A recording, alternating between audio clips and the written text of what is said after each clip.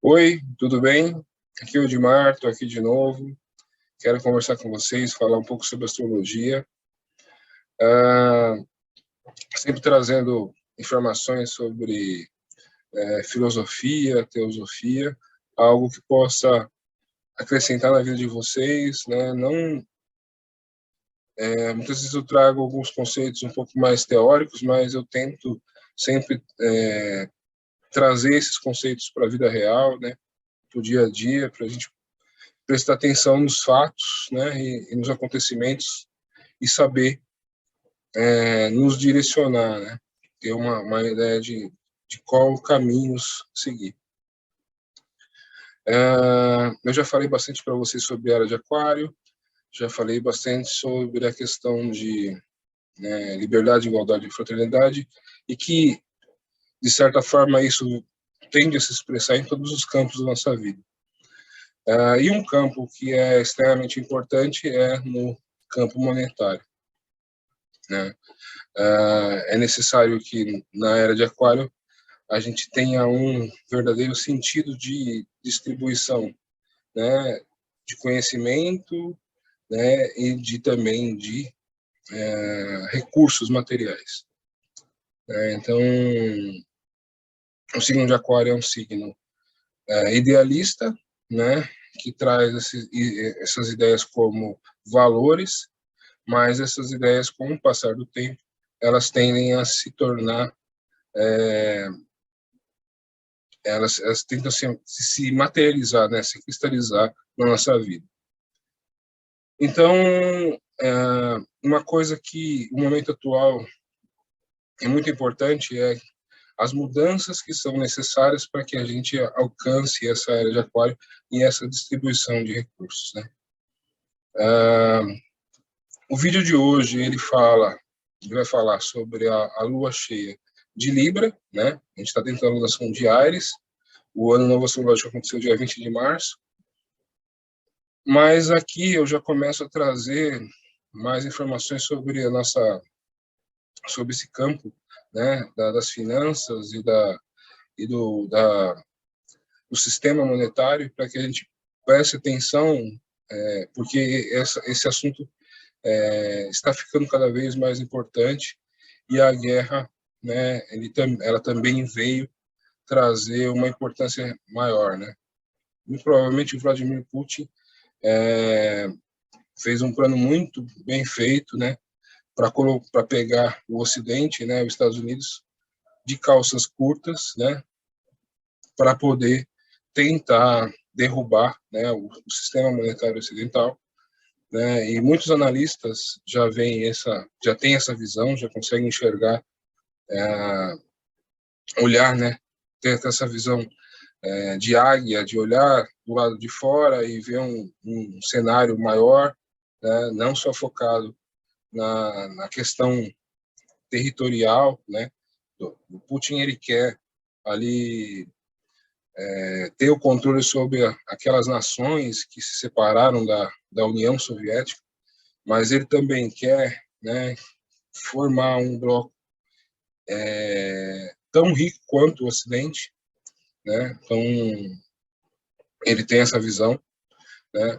É uma visão, ao meu modo de ver, que vai muito contra aquilo, né, que o futuro pede, que é essa igualdade, liberdade e fraternidade. Está muito fora do que é o futuro, mas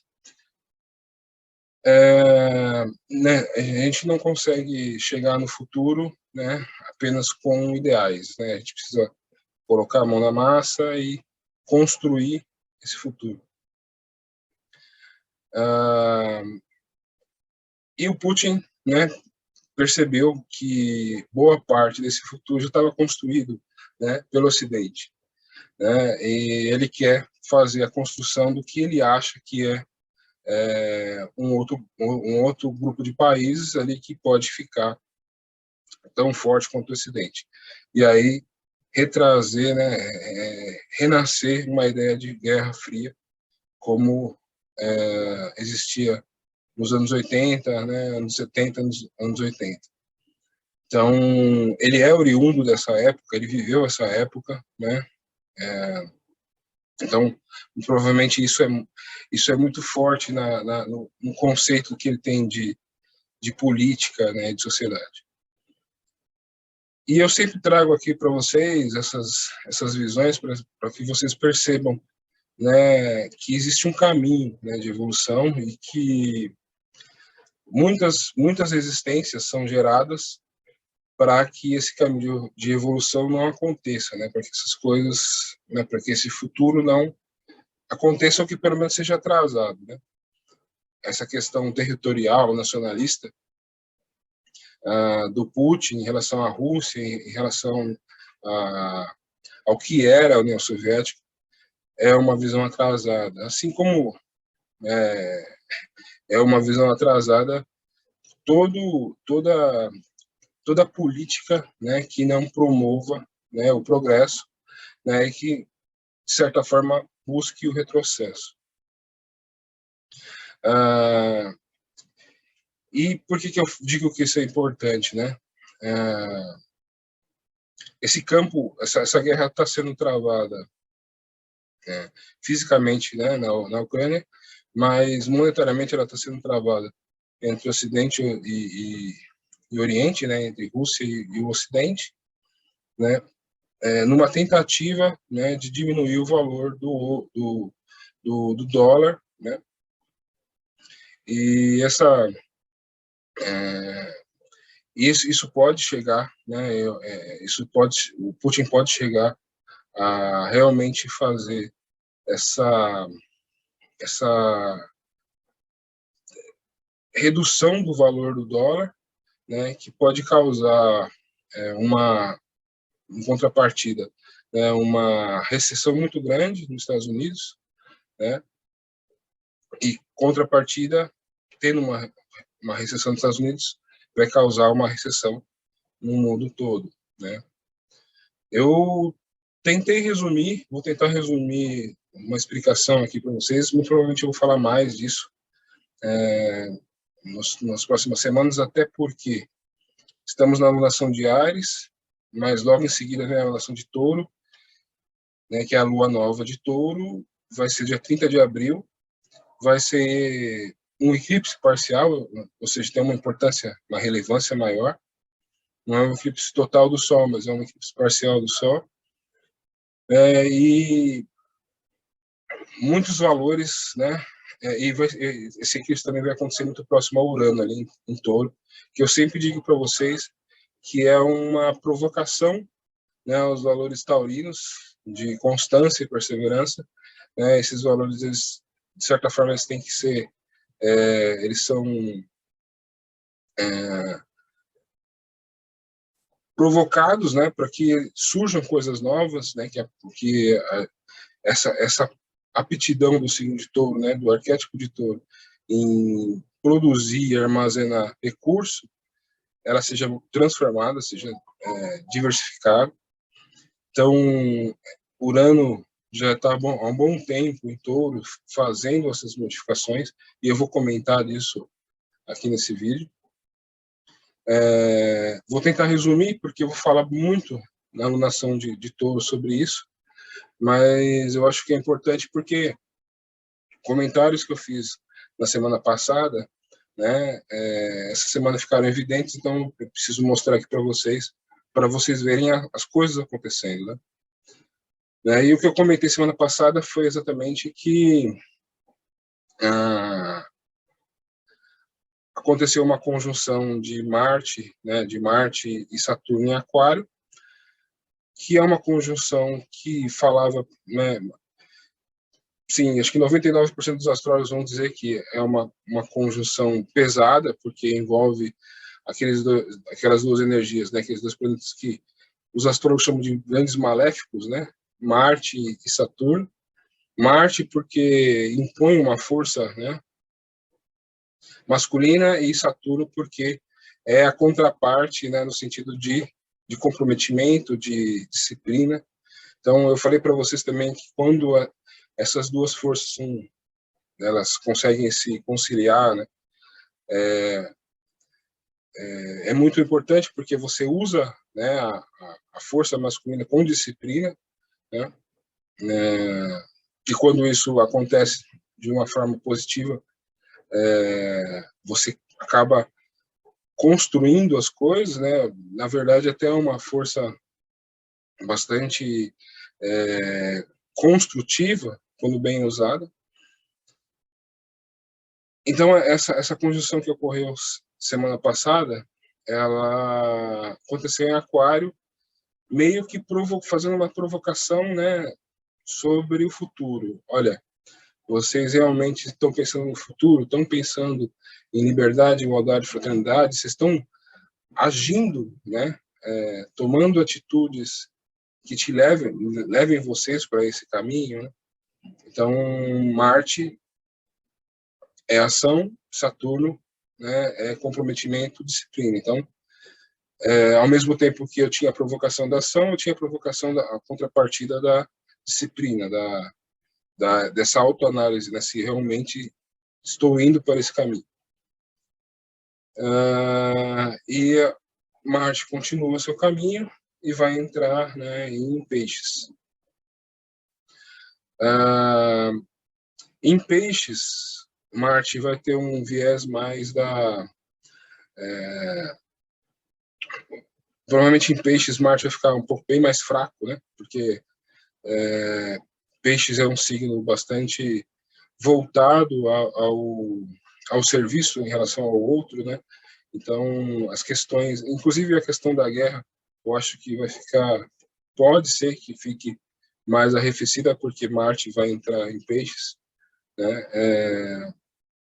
Então, Marte, num signo pacífico como Peixes, né, tende a se demonstrar menos agressivo, mas demonstrando alguma agressividade, essa agressividade pode vir daquela forma passiva-agressiva, né? Então, tomar um pouco de cuidado com essa questão, né, de chantagem emocional, né, essa questão do passivo-agressivo, né? Mas isso acontece mais quando Marte está em Câncer, né? Quando Marte está em Peixes, é mais difícil, mas pode acontecer, né? Mas, de qualquer forma, Marte vai se voltar para, né, o serviço ao próximo e vai se voltar para a questão da negociação e do pacifismo, né? Mas essa grande tensão, né, essa grande conjunção que ele fez com Saturno, esse clima vai continuar, né? Então, essa cobrança, né, sobre pensar coletivamente, ela continua, né, mesmo com Marte passando para Peixes. Então, quando Marte passar para Peixes, né, a cobrança em relação ao coletivo vai continuar e eu espero que as pessoas usem isso, né, com uma visão mais da empatia, né, da compreensão e da buscar ajudar o próximo, né? Então, existe essa tendência que pode ser muito reforçada, visto que Vênus já está em Peixes, né? E os dois regentes de Peixes estão em Peixes, Saturno, em conjunção, Saturno e Júpiter. Então, é uma grande força emocional, né, para exercer uma espécie de cura emocional, né? E uma cura que envolve uma compreensão, né? Tudo que envolve a palavra misericórdia, né? Misericórdia é muito abrangente, né? Você pode entender misericórdia desde o perdão até a empatia que você sente pelo outro, né? Se você pegar a palavra dividir em miséria e concórdia, né? Então você é uma concordância, é uma empatia em relação à dor do outro, né? A miséria do outro, né? Então essa misericórdia vai ficar muito forte. Isso pode ser absorvido, né? Isso é como se fosse uma antena, né? Eu tenho pensado muito isso essas semanas, né? Como se a humanidade tivesse as pessoas tivessem com as suas antenas, né? Meio desconectadas. Está todo mundo com um problema na antena do amor, né? E fica perdido, né? Sem saber o que fazer, né? Isso em todos os níveis, né? Eu percebo isso em todos os níveis.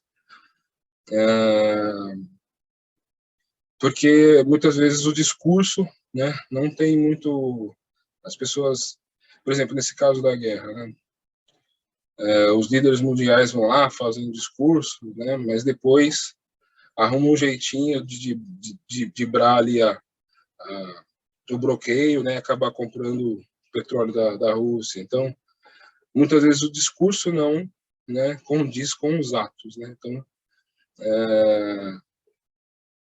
eu acho que uma causa disso, né, e eu acho que essa exacerbação de planetas, né, em peixes, é meio que tentando fazer a gente consertar essa antena que está meio, né, acho que caiu um raio na antena de que todo mundo aí tá meio desconectado. E essa grande força pisciana, ela vai ficar importante, né, nessa lua nova de Touro, porque vai fazer um sextil com os planetas que estão em Touro. Então vai ficar dois polos bem fortes, o polo taurino e o polo pisciano, né? Ou seja, o polo espiritual pisciano, né? Emocional, compreensivo e espiritualista de peixes, com o polo realizador, concretizador, né? E pragmático de Touro, né? Então, que o ideal seria, né, a gente ter uma mediação entre a nossa vida prática, física, material, né, e a nossa vida espiritual, né? Então é o caminho do meio que Buda falava tanto. Então, voltando, né, aquilo que eu falei sobre mostrar algumas coisas para vocês, sobre as coisas que eu falei semana passada, né, eu vou mostrar algumas imagens aqui para vocês entenderem essa questão, né, dessa conjunção tão importante da semana passada de Marte com Saturno em Aquário, nos fazendo lembrar do coletivo e também, né,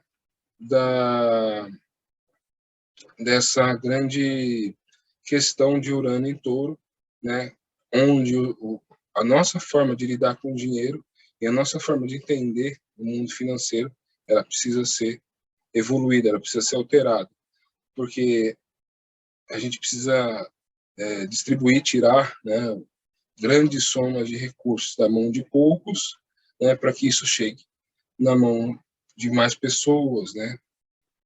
Isso é um ideal aquariano, isso é um ideal realmente que nos leva para o futuro. Então, vou mostrar algumas imagens aqui que eu achei bastante interessantes, né, durante a semana, agora mostrar para vocês. Então, isso aqui é uma imagem do programa, né, CNN Money, da sexta-feira, dia 8. Então, eu, no caminho aí para o trabalho, assistindo aqui o CNN Money, vi essa discussão. No final do programa, né, eles sempre colocam uma imagem da semana que fala sobre a semana no mundo financeiro. Então, botaram aqui essa imagem, o touro de Wall Street, né, que eu já expliquei para vocês, aquele lugar, né, que controla, né, e que de certa forma produz e armazena, né, boa parte do recurso que gira no mundo, né, tem um touro, né, no seu centro financeiro, né, esse touro de ouro. Isso está totalmente conectado com o arquétipo de touro, né? O arquétipo de touro é traz essa força, né, da perseverança, da energia para o trabalho, para produção de recursos, né? Então, mostrar aqui o touro de Wall Street, e como está tendo uma convenção sobre criptomoedas em Miami, né, fizeram essa estátua aqui do touro das criptomoedas, né? Então, que está lá em Miami. Então, que realmente achei interessante nesse diálogo aqui é porque a repórter aqui mais nova trouxe essa imagem, né, e que foi discutida pela repórter aqui com um pouco mais de idade, falando assim, olha, o dia que a criptomoeda tiver número de saque, né, serviço de atendimento ao cliente, eu vou começar a investir. Ela disse isso meio incomodada com a imagem, depois ela mudou o discurso, ela disse que entendia a importância das criptomoedas mas que precisava do número de saque, né? Precisava de um serviço de atendimento ao cliente.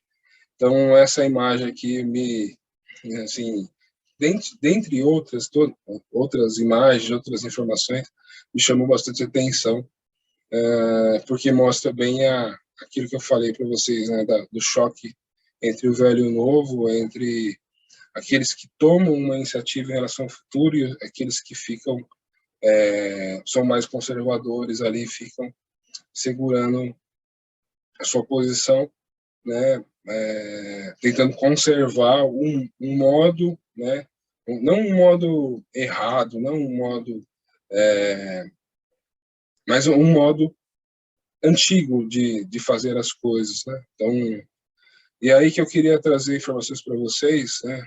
Eu acho que é bem pertinente, eu repito, vou falar mais isso na alunação de touro, mas hoje nós temos aí uma situação bastante complicada, né, para os Estados Unidos e para o dólar.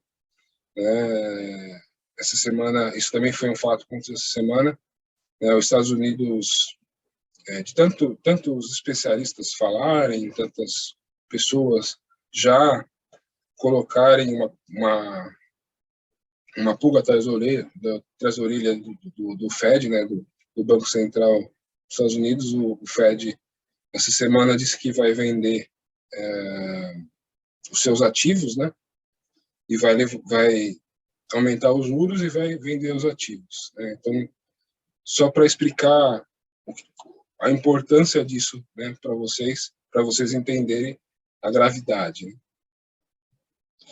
O mundo, ele vive em função do dinheiro circulante, da liquidez que eu tenho, né, do dinheiro que eu tenho circulante, né?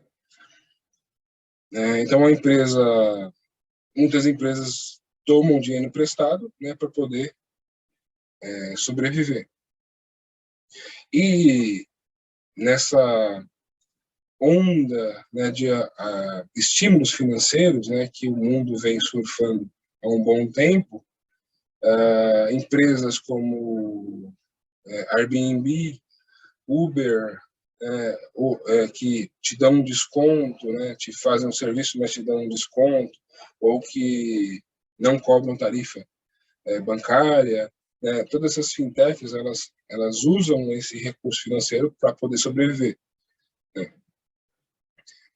Isso eu estou falando da economia que a gente está próxima da gente, né? Mas existe uma outra economia, né, que tá longe da gente, que a gente não vê. Então, é uma série de empréstimos, né? Então, o banco pequeno pede empréstimo, pega dinheiro emprestado com um grande pega com o governo, né, pega com o Tesouro Nacional. Então, qual que é o grande problema do Banco Central dos Estados Unidos? O Banco Central dos Estados Unidos, em todas as crises, né, aquela de 2008 do subprime, na crise do coronavírus, ele deu muito estímulos para a economia. E uma das formas de dar estímulos era comprar a dívida, né, das empresas que possivelmente ali não teriam mais capital. Então, para a empresa continuar funcionando, o Banco Central ia lá e comprava essa dívida. Então, hoje, o Banco Central tem um patrimônio muito grande, mas nesse patrimônio está incluído ali dívidas, né, que não são interessantes para nenhum comprador, né, a não ser o próprio Banco Central. Então, quando o Banco Central diz que vai vender, né, que vai diminuir o seu balanço, né, ele está querendo dizer que ele vai vender algumas desses ativos. Né? Só que esses ativos eles não são interessantes, como eu disse, né, para nenhum, não são interessantes para bancos, para pessoas, é porque são ativos de dívidas, né? E o único comprador que poderia comprar é o Tesouro Nacional dos Estados Unidos. Só que o Tesouro Nacional dos Estados Unidos hoje trabalha com uma dívida né, que está querendo chegar em 2%. E a inflação, né, nos Estados Unidos é 7, 8%. Então, só nessa compra da dívida, né, quem compra essa dívida já perde aí, né, 5%, 5, 6% de valor. Né? Esse ativo já perde, com o passar do tempo, já vai perder 5, 6% de valor. Então, é isso que eu falo. Muitas vezes o discurso, né, é bonito, né, mas é muito difícil de ser feito. Né? Então, esse aperto financeiro, né, esse aperto monetário que o Banco Central dos Estados Unidos disse que vai fazer, ele muito provavelmente vai diminuir a atividade financeira, atividade monetária, né, nos Estados Unidos, que vai fazer com que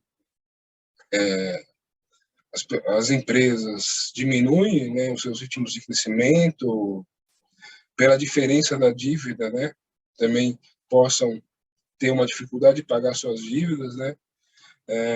Então pode ser que o Banco Central faça no primeiro mês, e aí vendo a reação negativa do mercado, talvez no segundo, terceiro mês já pare de fazer. Então as perspectivas são um pouco difíceis, né. Tudo leva a crer que teremos uma recessão nos próximos meses, uma recessão que, começando nos Estados Unidos, pode, como eu disse, ser aí herdada, né, distribuída para o resto do mundo. E aí que eu vejo esse momento bastante importante que a gente pense sobre isso, que a gente fique atento com essas coisas, porque se vocês assistiram aquele filme A Grande Aposta, né, que fala da crise de 2008, o clima naquele momento era exatamente isso. Não, você está falando que tem crise, que tem um risco, né, todo mundo dava risada de quem falava que tinha um problema no sistema financeiro. Então, fiquem atentos, né, quanto a esses assuntos, né, diversifique investimentos. Como o Brasil, né, a nossa dívida, ela já, né, está precificada nos juros, então existe uma dificuldade, né, de o Brasil ir pelo mesmo caminho dos Estados Unidos, né, porque a gente tem uma inflação que está compatível com nossos juros. É por isso que tanto dinheiro entra na bolsa de valores no momento, né, e está baixando o valor da cotação do dólar. Isso também demonstra uma outra coisa que pouca gente fala, que o dólar também está perdendo valor, né? Esse movimento, né, das atitudes do Fed, né, do Banco Central dos Estados Unidos, ficarem meio perdidas, isso pode também causar, né, ou seja, hoje ele fala que vai vender ativos, né? Aí passa um mês, ele vê que não deu certo, volta atrás, né? Se essas atitudes também ficarem um pouco perdidas, né, sem um direcionamento, isso também vai causar bastante segurança no mercado. né? Então, é um momento realmente de prestar atenção nessas coisas, né? Eu sei que a gente, como eu falei no começo do vídeo, a gente não tem esse hábito, e a visão que a imprensa nos traz, né, principalmente a imprensa, essa imprensa mais massificada, é muito superficial, né? Então é importante que vocês prestem atenção nisso na vida de vocês, né? Então, desde, né, é claro que poupança rende muito pouco, muito menos que a inflação, então não é um investimento bom. Renda fixa, né, é um investimento que pelo menos cobre a inflação. Inflação, né, é o resultado de todo esse desacerto financeiro, né? Inflação, na verdade, né, eu vou deixar algum vídeo aqui nos comentários para vocês entenderem o que é inflação, mas inflação, a gente percebe ela através do aumento dos preços, mas na verdade ela é a perda do valor do dinheiro, né? Então é importante que vocês procurem observar os movimentos, né? Para ficar atento, porque realmente tudo leva a crer que teremos aí uma crise financeira, né?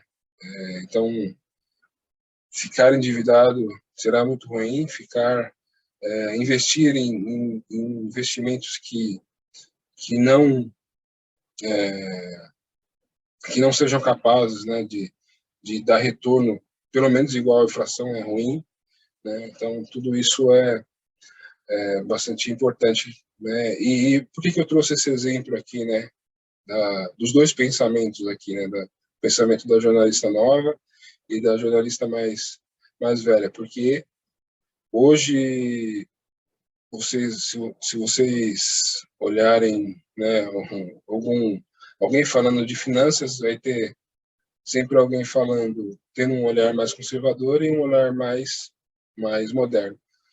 E o mais moderno que está aqui, né, que é o grande, assim, o grande boom do momento, são as criptomoedas. Então,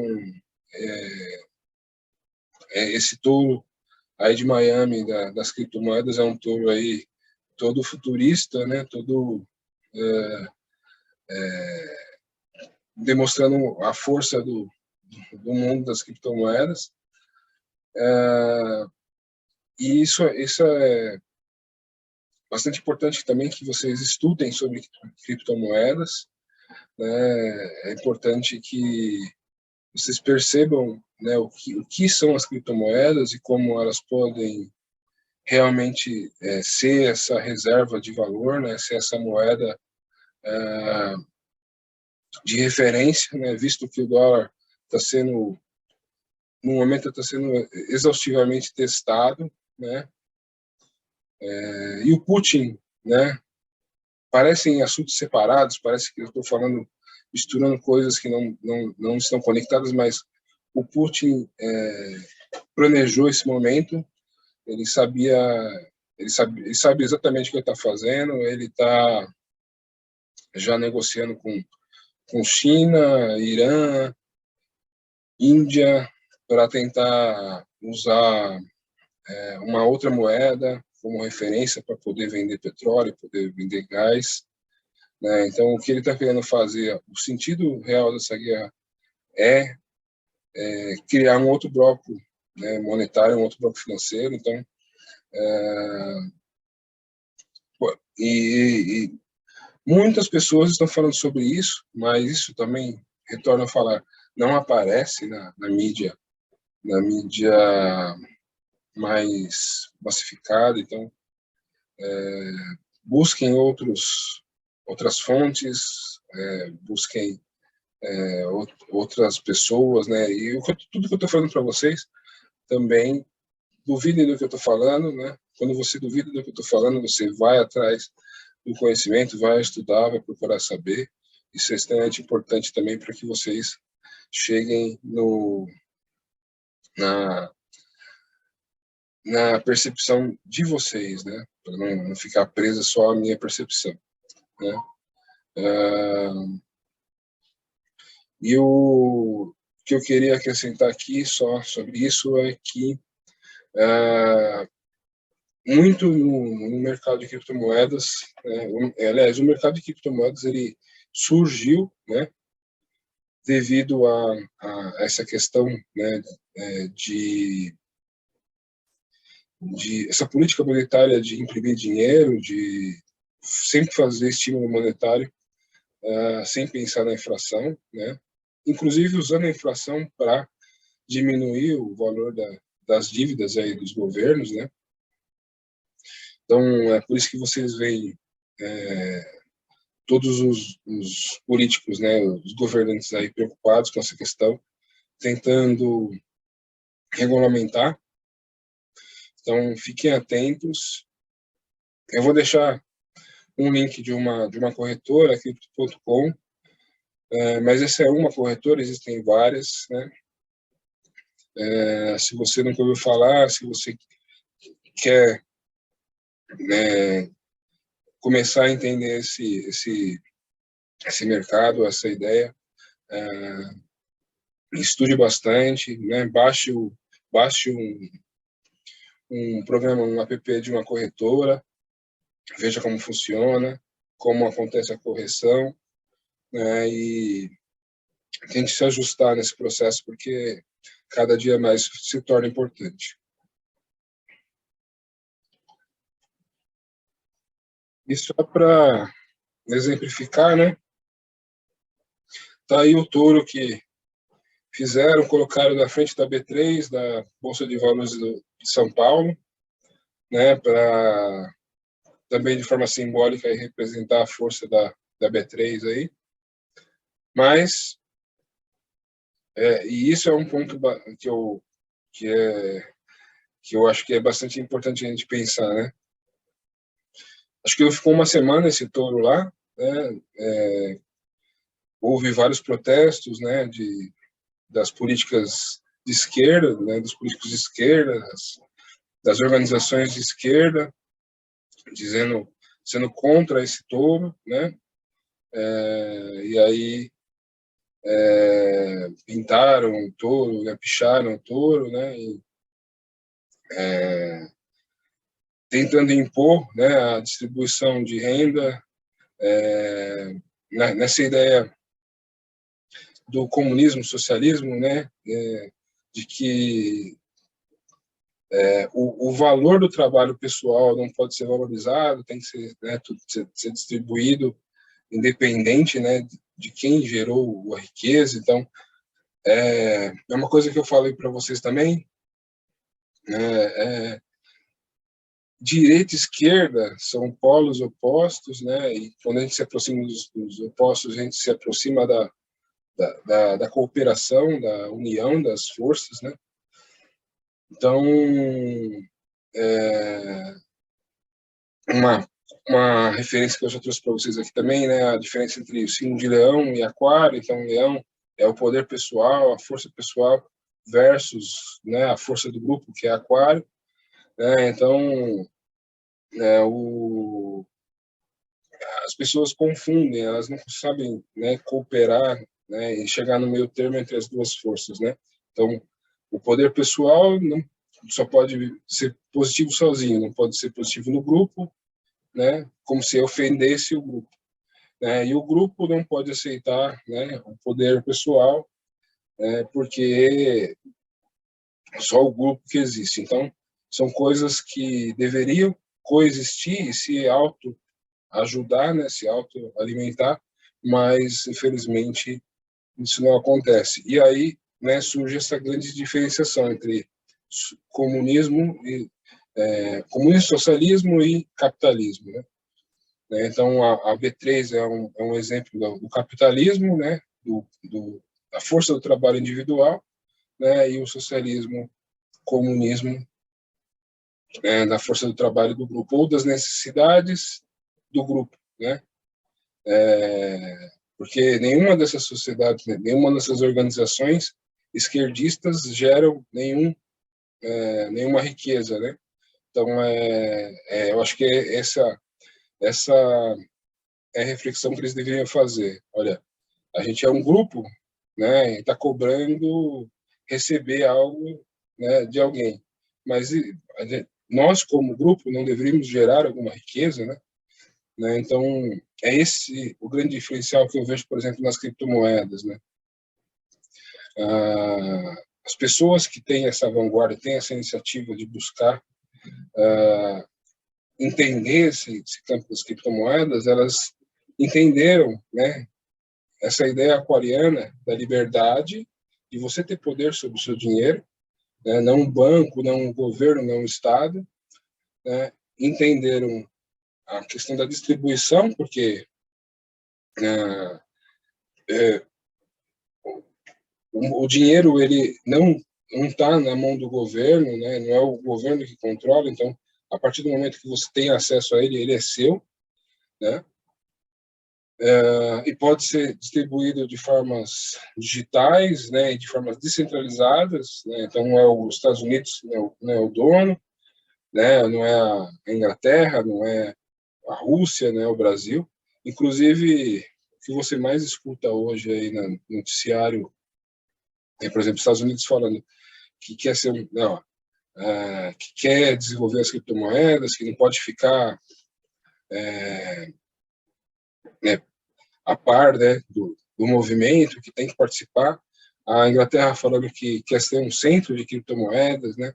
E para quem, para aqueles que conhecem o sistema, é motivo até de piada, né? Porque na fonte da ideia da criptomoeda está o sistema descentralizado, ou seja, nenhum órgão, nenhum governo é dono né, de um banco central onde está guardado um dinheiro, né? Isso está tudo, isso é gerado, né, e checado através de uma rede, né, de computador isso não pode ser mudado, não pode ser alterado. Então, mas é lógico que todos os governos não querem ficar para trás e querem participar do processo, né? Então, por isso que eu trago esse assunto aqui no sentido de vocês perceberem né, para onde o futuro está nos levando, né? Porque se acontece um crash, né, se acontece uma depressão, né, como aconteceu ali na depressão de 1930, se acontece uma quebra da bolsa dos Estados Unidos, né, além da recessão, né, que é a paralisação da atividade econômica, né, quem está endividado vai ficar muito mais endividado, quem tem muita gente no mercado financeiro, tem muita gente que pega empréstimo, né, para poder investir. A gente chama isso de alavancado, né? Quem está alavancado vai ficar em maus lençóis. Empresas como eu falei, essas empresas que usam esse crédito barato, né? Que acabam abrindo mão de certos lucros, né, como, por exemplo, o Uber, né, abre mão de certos lucros para poder continuar funcionando. Então, essas empresas sofrerão bastante, porque elas não terão mais esse crédito barato, né? Então,